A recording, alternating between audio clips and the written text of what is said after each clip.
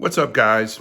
Welcome back to another Nicht Uber Max video in the series where I'm tearing down a R1200 GS motorcycle that started complete and is no longer complete because I keep taking pieces off of it. Today, I'm gonna disassemble the throttle body and show you what all the parts are with that. The throttle body is something that you saw. There's another video of me taking it off. This is the left side throttle body, which has some slightly different components, and I'll tell you about that. You watched me take the right one off. Remember to comment, like, subscribe. Come back and visit the BMW Motorcycle Owners of America anytime you like right here on YouTube, and check out all of the video offerings from Nicht Uber Max, that playlist on tech videos, to Motorcycle Test Kitchen, where we look at new products that are of interest perhaps to all motorcyclists and not just BMW riders. Okay, here we go. We're going to take off start finding out what's inside here. We're going to take this off first. This is a T20 torx fitting, or driver, whatever you want to call it. And this is the throttle control valve. You can see that's not fully threaded. Most people probably call this the throttle position sensor. And believe it or not, this tiny little part is super duper expensive. It's a couple $100. And it does one thing. So you can see this is the arm that goes through the butterfly valve on the inside. And this tells the computer where this is. And that's how the computer knows how much air or how much fuel to send in through the fuel injector into the mix chamber here, where the air comes in to go into the engine and make your motorcycle go zoom, zoom, zoom. Oh, look at that. We're going to need some snap ring pliers. I'll have to go dig those up. But anyway, throttle position sensor. This is the fuel injector. And you can see this one's just a little bit beat up. That's where the cable plugs in. And it's got another fitting that goes in there that's already been removed from the motorcycle. That's what this screw does. That's just a standard T25. I think about half of the motorcycles put together with T25s. And that's what goes here. And this is the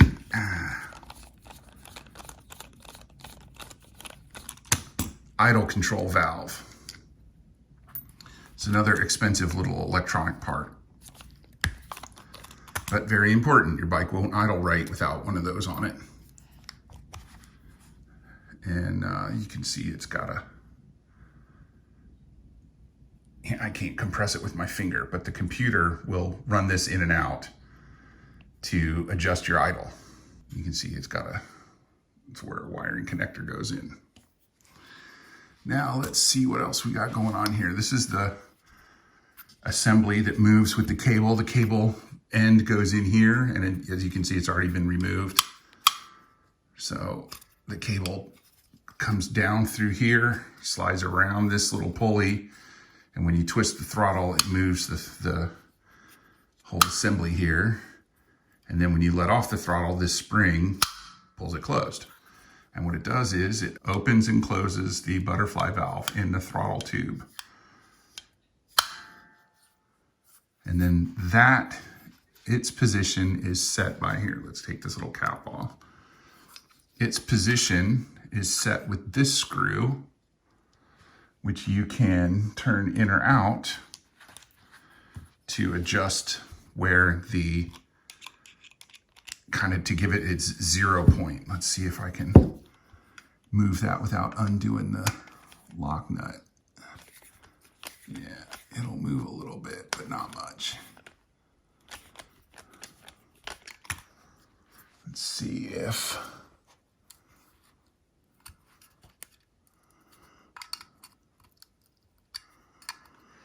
So that's an 8mm lock nut there, not under a lot of tension.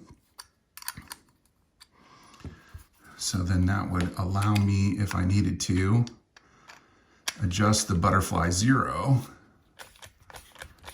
down. And it's hard to see. It's very minor adjustment, but trust me, that would adjust where the valve stops, because that's, you can see right there, it's where the valve stops. And there's a second screw in there. So let's see if we can, I'm guessing, let's start by taking this spring off. That might probably help.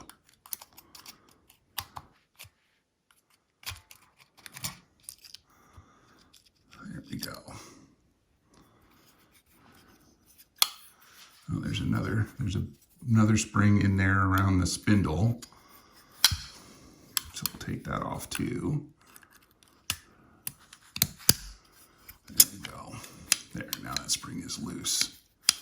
And there's nothing special about this tool, it's just a little pick. But I don't have a Phillips bit in my kit big enough. I don't want to damage them. Actually, that's not true, that won't work.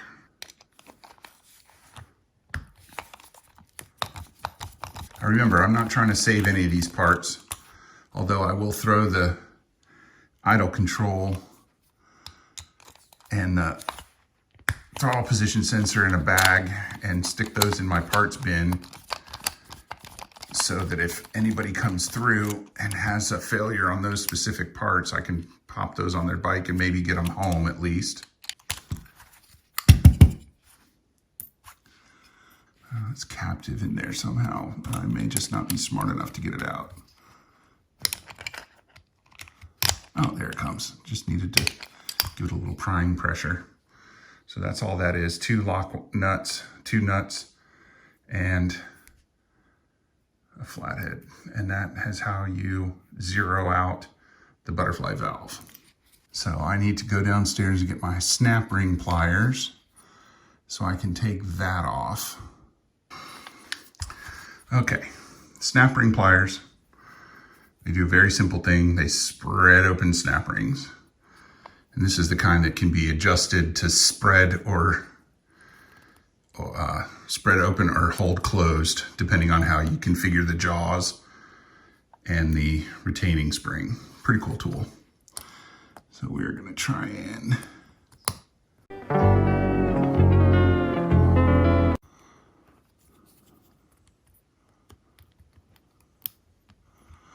not quite.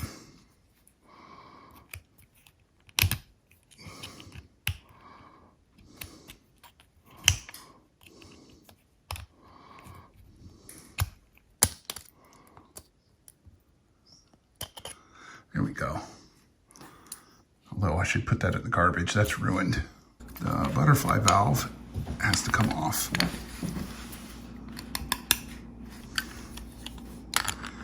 To take these two little screws out of the butterfly valve. And then I bet you it'll come right out. There we go.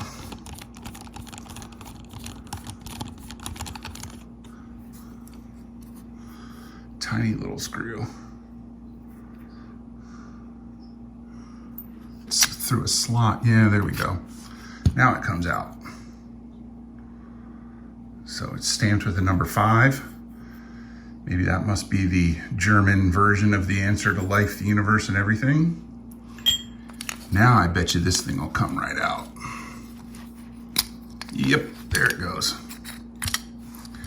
So there's the twist mechanism, and now you can see the slot where the valve goes, or the thing that closes the valve, and the screws go right in there and close that. And then the screw, now we can take this off.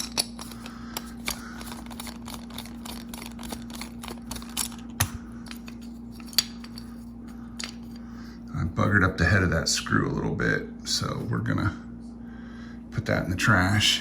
That's gonna go in the trash. There's another piece of that's the rotation, put another piece of the rotating mechanism plastic sleeve, spring, plastic sleeve. And the rest of this looks like it's a valve that you use to check the throttle body if you're syncing them up. And this looks like a cast piece, maybe in 2 halves. You can see a seam down here, a seam down here. That's then fit together. Pretty cool looking mechanism. Anyway, that's the throttle body and all its components. There you go. Now you know what the inside of a throttle body looks like and some of the outside components too. Not super complicated. Most of the work is done by the ECU, electronics control unit, computers basically on the motorcycle. You can't have fuel injection without computers. Well, actually that's not true. You can, it's just a lot more difficult than you might think. So hopefully you learned something. If not, it was interesting. Give us a comment, ask any questions you want, and come back and check out more of our teardown series. And welcome to the kitchen, by the way. You might recognize some of it. This is where I do the motorcycle test kitchen videos. So really, really high production values for you folks, but come back anytime.